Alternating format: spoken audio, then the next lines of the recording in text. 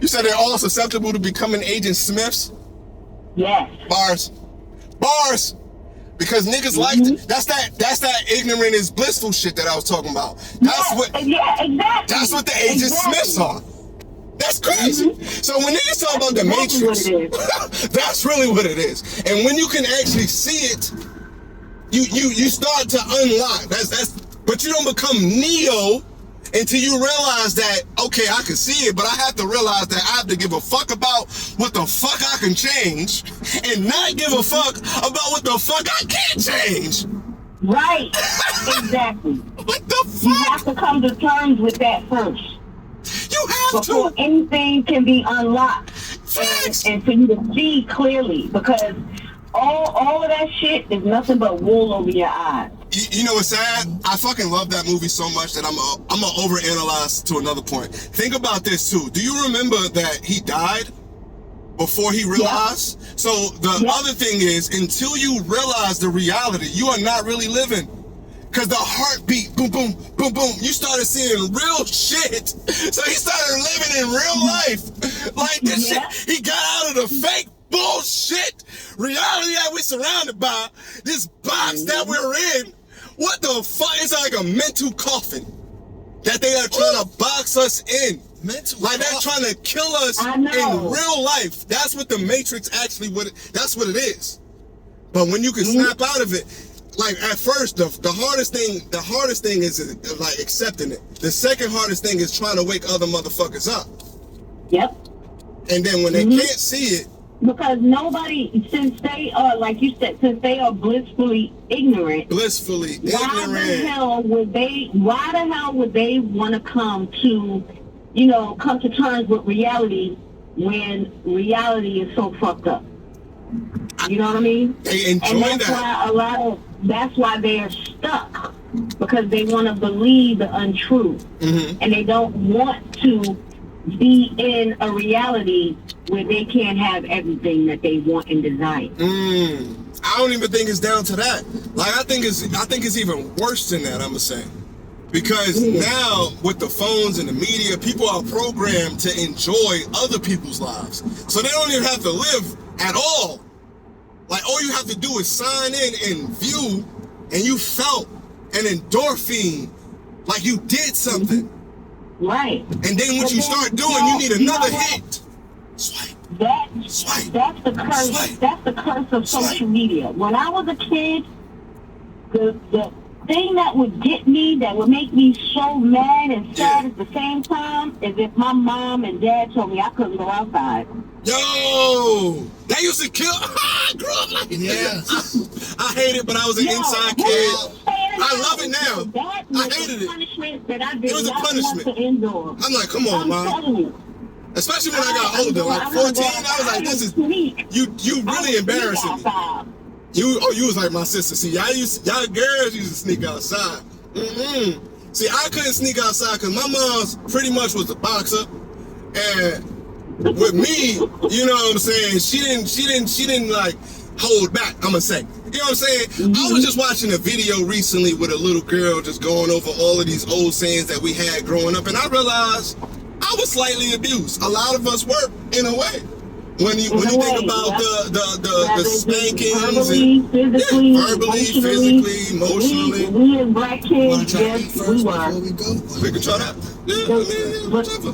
The good part about it, is that our generation was able to endure that or take it in, but don't let it define us. Don't let it. And it's crazy. Like for me, I'm an old school parent. I don't tolerate. My pet peeve is fresh ass kids. I can't stand it. No, I can't stand it. I understand what you mean. They need to stay in their place at least somewhat. Kids that, and moms that want to be their kids' friends. That shit does not work. I'm not saying to abuse your kids physically. However, there's nothing wrong with your kid having a healthy dose of fear where you can just look at them and they be like, oh shit. I believe you need that at first. You need that at first because typically, what I believe overall, without that level of fear, there comes a level of not listening. And I don't know where you stand, but I'm related to relationships with men and women nowadays. Men have been bitched up to the point where women don't respect the nigga because they have no fear of this nigga. Because a nigga like me, I don't have the problems that some of my friends have. Just because I'm like, bitch, listen, you can motherfucking go. And listen, you can try to argue or listen. You can raise up on a nigga like me, but you have 3 strikes. My mother taught me to defend myself in every single form. Mentally, physically, spiritually.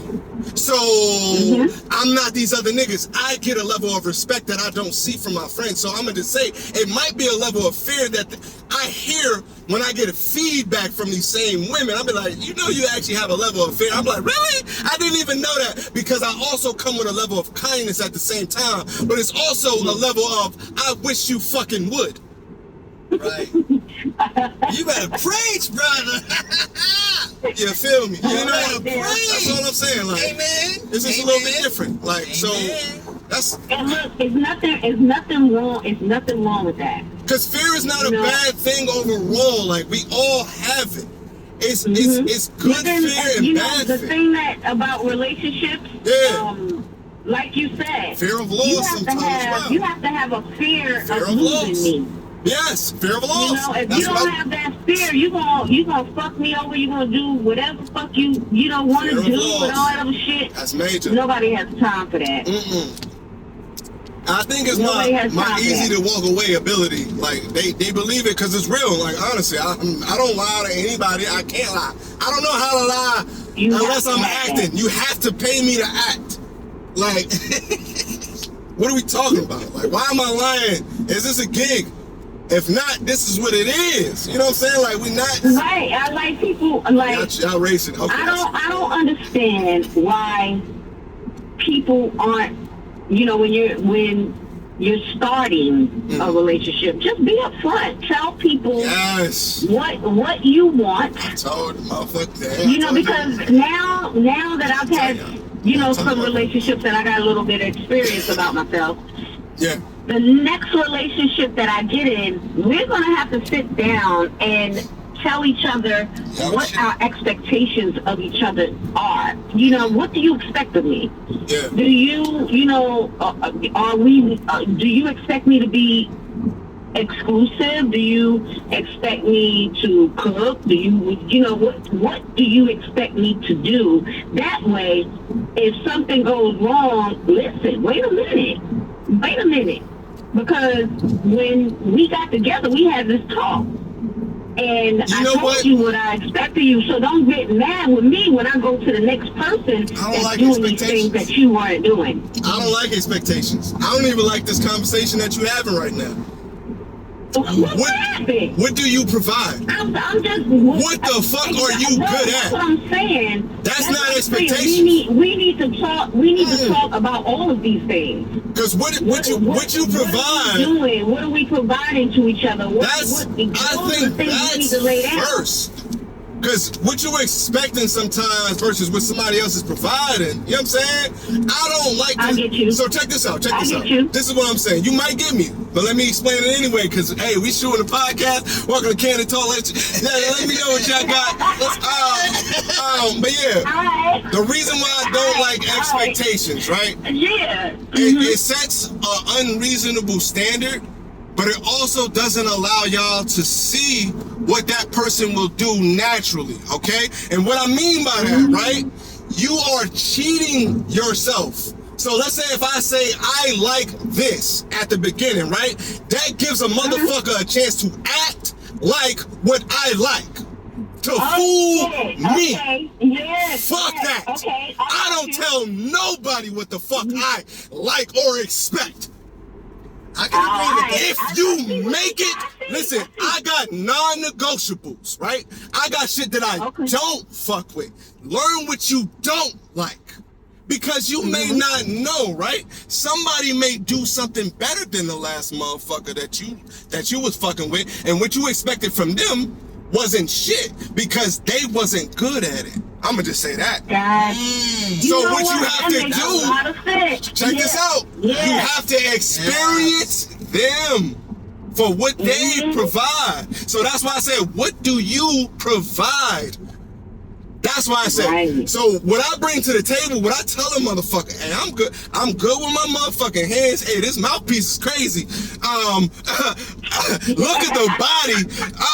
You know what I'm saying? Look at the work. You can Google me. It's a lot of shit I can, you know what I'm saying? But what I tell them is I'm much more than the surface. So if you're surface level, you're already disqualified. That's a non-negotiable. That's something that I just don't fuck with. So it's better to find out what you don't fuck with.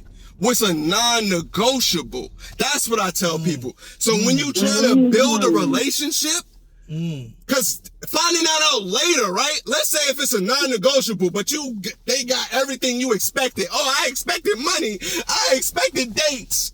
I expected you to hold my hand. But a non-negotiable is this motherfucker stinks.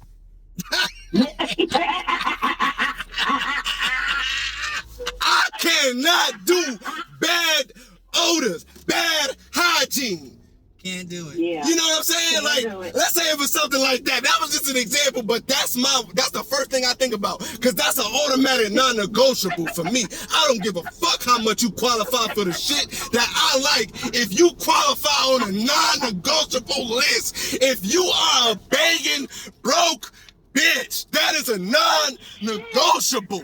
You cannot start a relationship with me if you started off begging. What the fuck are we doing? And I don't mind taking care of nobody. Listen, I take care of more than just people that I'm intimate with. I take care of friends and family. If you are close to me, if you are in my circle, if you are around me, if you need me, I'm typically there for you. But if you are a begging, I don't give a fuck who you are, actually. That's friends, family, everybody. Once I notice the pattern, I pay attention to patterns.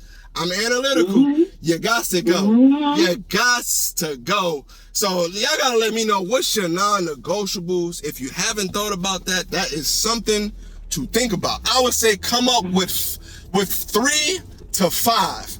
And what you would do is the qualifiers, if they qualify for 3 out of 5, or I'm a little bit ruthless. It's typically 1 for me if it's a major one. But the 3, it has to be 3 major ones. You know what I'm saying? Like 3 out of 5. If you have 1 major one, like hygiene for me is major. That's just too big for me. You know what I'm saying? Like that outrules everything else. That's king. You know what I'm saying? Non-negotiable. If you stink, like a woman. Like a woman. Yes, that's what I'm talking about. A woman. That's what I'm talking about. That's what I'm talking about. Crazy fucking work. Listen, I used to. I ain't about to say because we used to nickname. We used to nickname motherfuckers. Yo, and I never understood. Like I had a friend when I was young. We were in like junior high school or something like that, and yo, she was always stinking. And I'm like, why? I was like, why are we stinking? You know, like everybody got a shower. Everybody, you know, because when I came in the house, I had a curfew. When I come in the house, the first thing, ever since I was a little girl, get your ass in the shower. In the shower. Get your ass in the shower. Get your dinner and take your ass to bed. You know, lay your fucking clothes out for the morning and get your ass in the bed. I don't think. So I never understood why this girl was always stinking. Listen, we had twins in my school, because this was a story I was about to share on the show coming up, but we had twins in my school. We used to know them from stinking. We used to call them, I can't remember what we called them. We had terrible names. I ain't gonna share because she don't know. They don't know. But they was twins. I think I shared enough if you follow. You want to share it on the podcast? Yeah. So I got a whole story on this shit. You know what I'm saying? Yeah, matter of fact, let me end this episode right here. Yeah, I gotta let us know what y'all think. But yeah, let me know y'all non-negotiables in the comments. And until next time, y'all, let me know what y'all think. Challenge with my bro. Hey, challenge with sis. Hey, Taurus gang in this motherfucker. Peace until next time, y'all. Virgo, baby. Virgo.